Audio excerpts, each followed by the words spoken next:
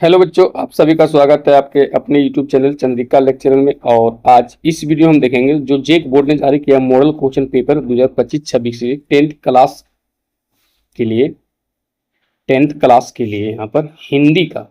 ठीक है, यहाँ पर जो ऑब्जेक्टिव क्वेश्चन है 30 ऑब्जेक्टिव क्वेश्चन है सेक्शन ए में। ठीक है, उसका आज हम यहाँ पर आंसर देखेंगे और क्वेश्चन को समझेंगे यहाँ पर। ठीक है, अब पूरा मॉडल क्वेश्चन पेपर पहले समझते हैं कि क्या कुछ बदलाव किया है।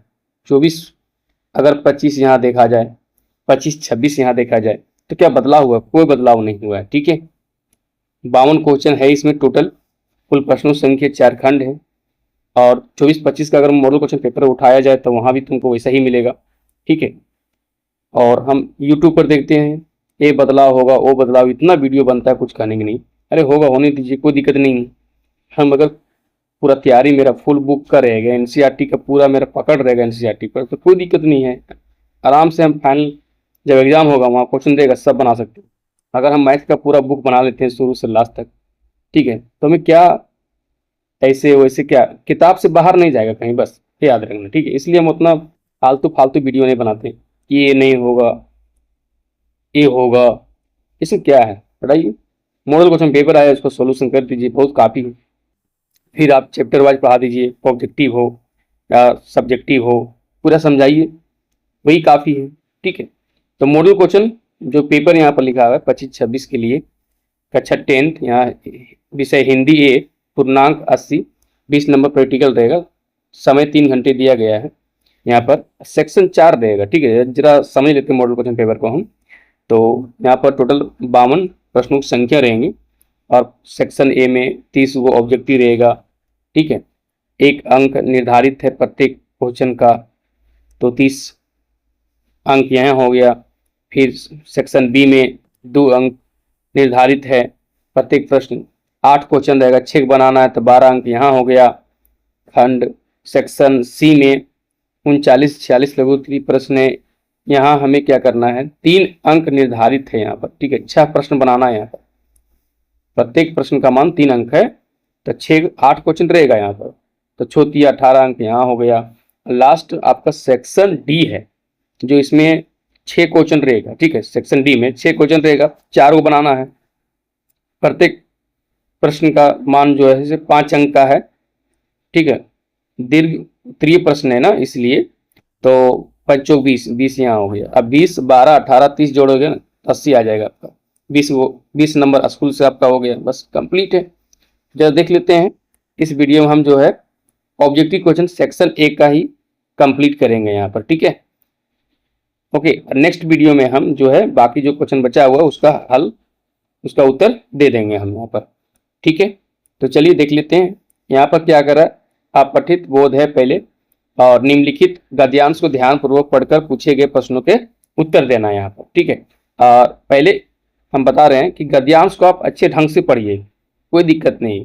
ठीक है, घबराइए नहीं, डरिए नहीं, कोई दिक्कत नहीं, आराम से पढ़िए और जवाब दीजिए।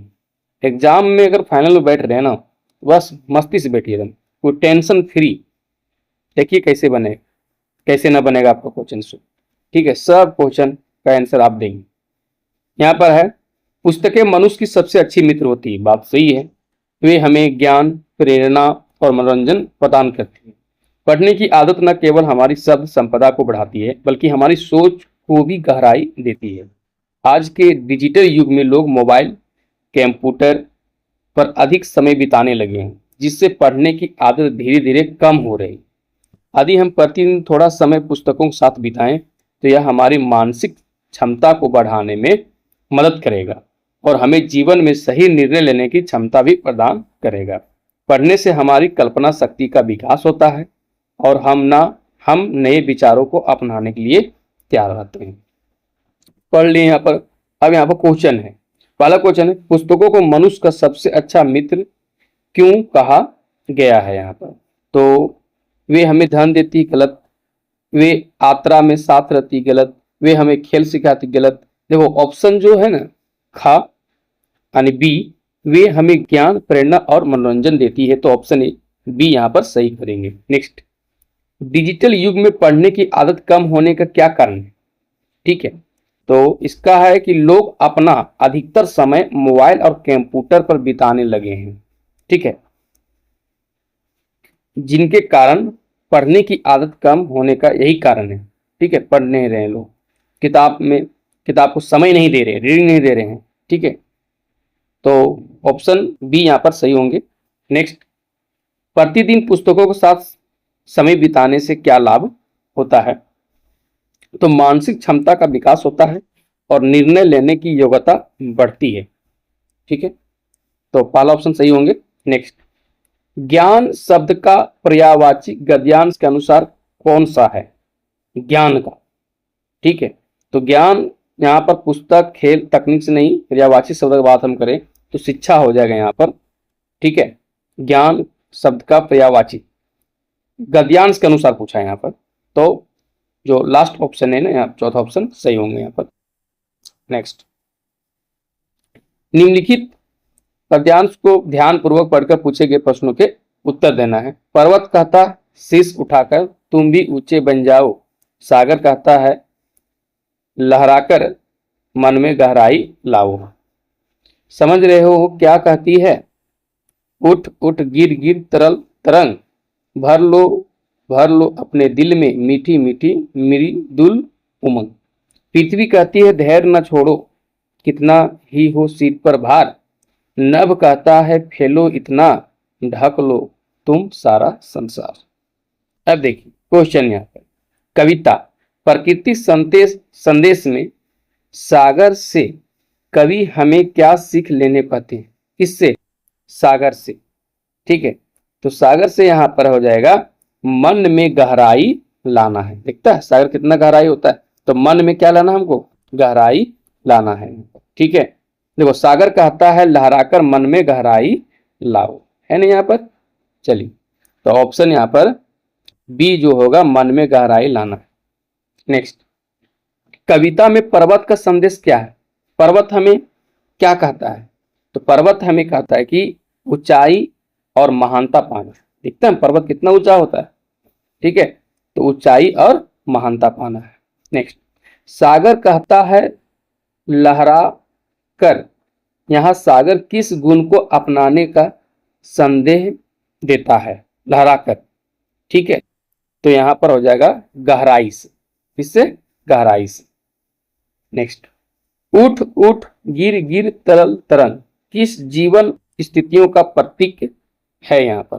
तो आठवां का हो जाएगा लास्ट ऑप्शन जो है ना, कठिनाइयां और सफलताएं, ठीक है। अब यहाँ पर व्याकरण से क्वेश्चन है, निम्नलिखित प्रश्नों के सही विकल्प का चयन कीजिए। नौवां क्वेश्चन है, यदि तुम मन लगाकर पढ़ोगे तो परीक्षा में अवश्य सफल होंगे, यह वाक्य है, तो यह मिश्र वाक्य है। देखो इसमें मिला हुआ कि यदि तुम मन लगाकर पढ़ोगे तो परीक्षा में अवश्य सफल होंगे, ठीक है, दो वाक्य यहाँ पर मिल गया है, ठीक है, तो ये मिश्र वाक्य हो, तो ऑप्शन का यहाँ पर सही होंगे नौवां का। 10वां, मोहन पढ़ाई करता है और सोहन खेलों में अच्छा है, यह वाक्य है, तो ये है संयुक्त वाक्य है। देखो और लगा हुआ है, इधर सोहन खेलों में अच्छा है, इधर मोहन पढ़ाई करता है, ये संयुक्त वाक्य हो गया, ठीक है। नेक्स्ट, फल खाया जा रहा है, यह किस वाक्य का उदाहरण है? ठीक है, फल खाया जा रहा है एक कर्म वाक्य का उदाहरण है, याद रखना, ठीक है। नेक्स्ट, आकाश में बादल छाए हुए हैं, इसमें बादल कौन सा पद है बताना है, क्रिया है कि संज्ञा है कि स्वर्नाम है कि अव्यय, क्या है ये? तो ये यहाँ पर हो जाएगा ये संज्ञा है। आकाश में बादल छाए हुए हैं, तो बादल यहाँ पर क्या है? संज्ञा है, याद रखना, तो ऑप्शन जो बी है ना सही होगा। उसकी आवाज बिजली की तरह गूंज रही थी, यह कौन सा अलंकार है? अलंकार देखना है यहाँ पर, उसकी आवाज बिजली की तरह गूंज रही थी, यह कौन सा अलंकार है? तो यह सलेश अलंकार है, तो ऑप्शन बी यहाँ पर सही होंगे। 13 का सॉरी देख लेते हैं, नहीं सलेश कैसे होगा, यह उत्प्रेक्षा होगा, उत्प्रेक्षा 13 का यहाँ पर का हो जाएगा, ठीक है, 13 का उत्प्रेक्षा, हाँ, उसकी आवाज बिजली की तरह गूंज रही थी, या कौन सा अलंकार है? उत्प्रेक्षा मारा है, ठीक है, का 13 का हो जाएगा। आगे बढ़ते हैं, नेक्स्ट क्वेश्चन, त्रिलोक किस प्रकार का समास है? इसमें तीन आ रहा ना, ठीक है, संख्या देख रहे हो, तीन। त्रिलोक द्वंद्व है कि तत्पुरुष है कि दिग्गु है कि कर्मधारय है, ये यहाँ पर देखना है, ठीक है। तो ये तो दिग्गु समास आ जाएगा ना, दिग्गु समास हो जाएगा। ये त्रिलोक किस प्रकार का समास है? त्रिलोक दिग्गु समास हो जाएगा यहाँ पर। ईमेल लेखन किससे संबंधित है? ईमेल, ठीक है, 15 का यहाँ पर। तो 15 का हो जाएगा ईमेल आधुनिक संचार माध्यम है, ठीक है, आधुनिक संचार माध्यम है। ईमेल लेखन किससे संबंधित है? आधुनिक संचार माध्यम। तो पहला ऑप्शन सही होगा। नेक्स्ट, पढ़ाई जीवन को उज्जवल बनाती है, इसमें से इसमें कौन सा अलंकार है? ठीक है, तो ये हो जाएगा मानवीकरण, मानवीकरण अलंकार इसमें है, ठीक है। पढ़ाई जीवन को उज्जवल बनाती है, तो 16 का हो जाएगा यहाँ पर। नेक्स्ट, पाठ्य पुस्तक से क्वेश्चन है कि निम्नलिखित गद्यांश को ध्यानपूर्वक पढ़कर दिए गए प्रश्नों के लिए सही उत्तर का चयन करना है। युमथांग पहुंचने के लिए हमें रात भर लायुंग में पड़ाव लेना था। गगनचुंबी पहाड़ों के तल में सांस लेती एक नन्ही सी शांत बस्ती लायुंग।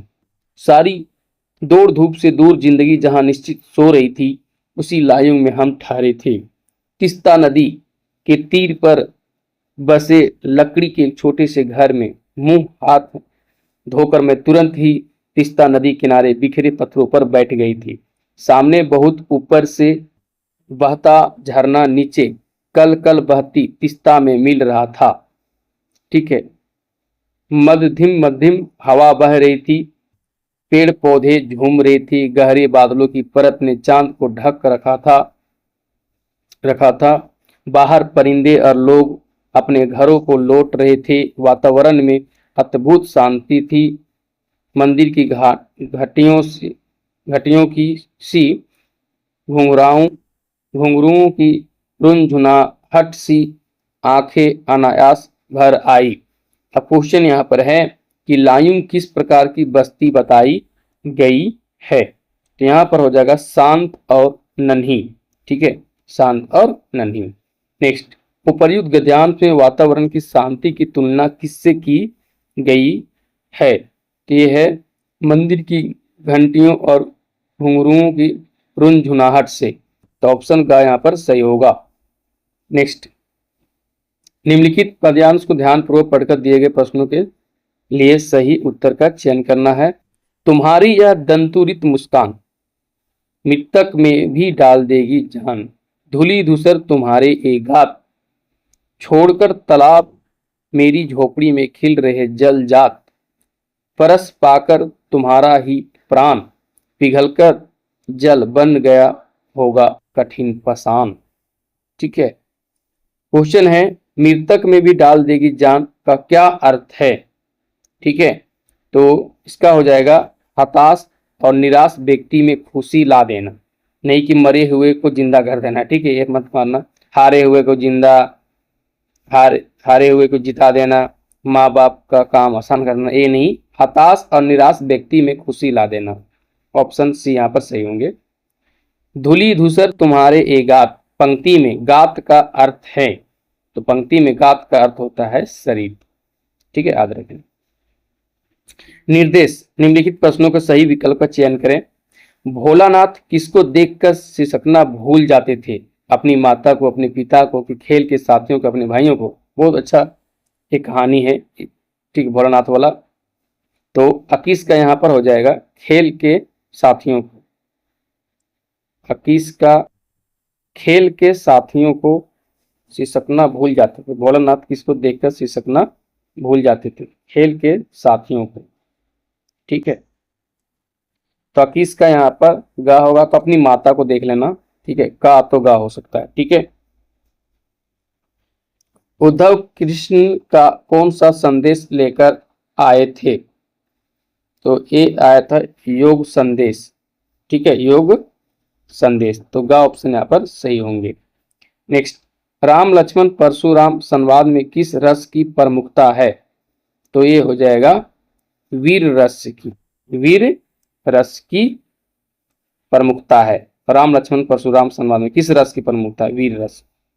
उत्साह कविता में कवि ने बादल की तुलना किससे की है? तो बादल की तुलना यहाँ पर धरती से की है। ठीक है, नेक्स्ट, यह दंतुरित मुस्कान कविता का कवि कौन है? तो ये हो जाएगा नागा अर्जुन। ठीक है, नागा अर्जुन। जितने नार्गे की जीप में किसकी तस्वीर लगी हुई थी? तो 26 का यहाँ पर हो जाएगा दलाई लामा। ठीक है, याद रखना। फसल किसका गुणधर्म है? फसल किसका गुणधर्म है? तो ये हो जाएगा मिट्टी का। ठीक है, संगतकार का क्या अर्थ होता है? तो संगतकार का अर्थ होता है मुख्य गायक का साथ देने वाले गायक। हाँ, मन्नू भंडारी की हिंदी प्राध्यापिका का क्या नाम था? ठीक है, तो ये था शीला अग्रवाल। हालदार साहब और चश्मे वाले में क्या समानता था? तो ये दोनों देशभक्त थे। 30 क्वेश्चन यहाँ पर हम कंप्लीट कर लिए हिंदी का। ठीक है।